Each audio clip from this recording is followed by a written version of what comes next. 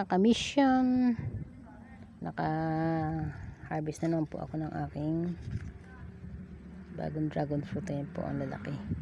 So bali ito po yung pahuling bunga. Ayan. So ang lalaki niya. Ang napapansin ko po dito, pag marami po siyang bunga, ang liit po nung kanyang ibinubunga. So ngayon ito po yung ano niya. Medyo kinuha ko na po ito dahil baka ma-overripe siya. Pag sinungkit ko ay malalamog or sasabog yung kanyang laman. So ayan, bali nakakuha ko ng 4, 5. Ayan, maliit yung dalawa kasi po nakakambal lang siya. So ayan ang aking harvest for today sa aking pong dragon fruit. So ang sarap po talaga ng may inaaning dragon fruit. Kung makikita nyo po yan, ay handyan po siya sa mataas. Kasi pinagapak ko po siya sa puno ng kalachuchi. Mayroon po ako ditong isang hilaw na medyo ayan. So medyo nadadry po yung aking dragon fruit. Pero ito po ay pahinog na. Ayan.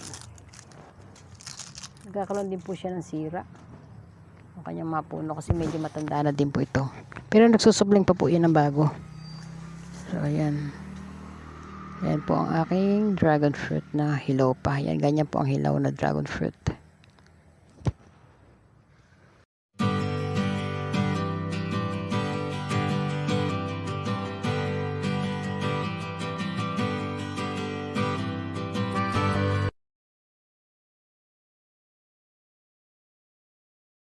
Ayan mga kamisyon, naka-harvest na naman po ako ng aking bagong dragon fruit. Ayan po ang lalaki.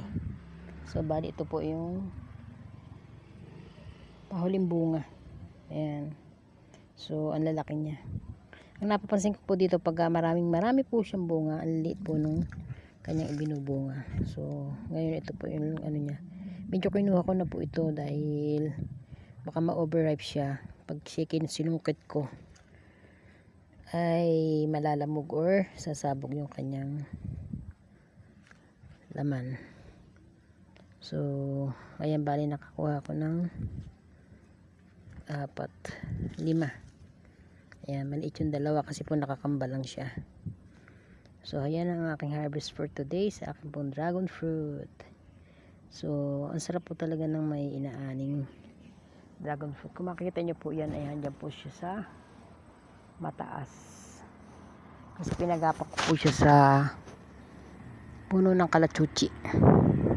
Mayroon po ako ditong isang hilaw na medyo ayan.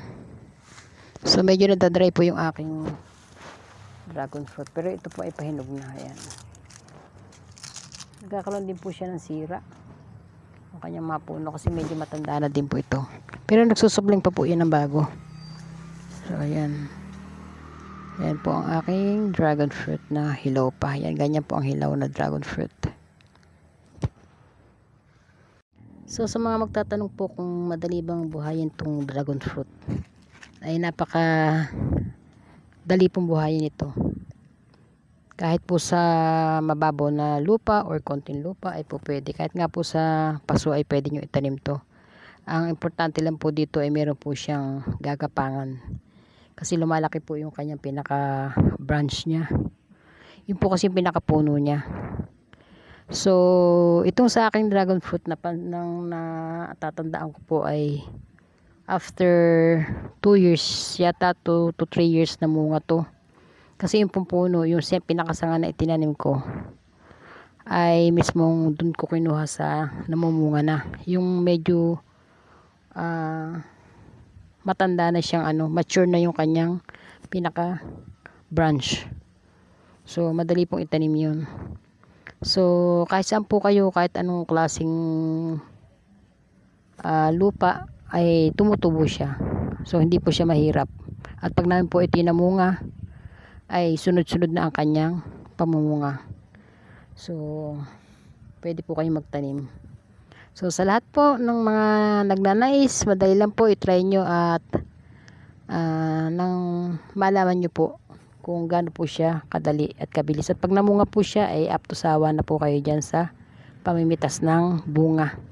Ang ano po kasi ito ay bali yearly po ito, pero once na namunga siya, hindi po sa isang bungahan, hindi po isang harvest ang makukuha nyo. Marami po siya. So i-try nyo po mga kamisyon. So hanggang sa muli, yun lang po ang aking my shirt for today sa akin pong pag-harvest ng dragon fruit. God bless everyone. Peace.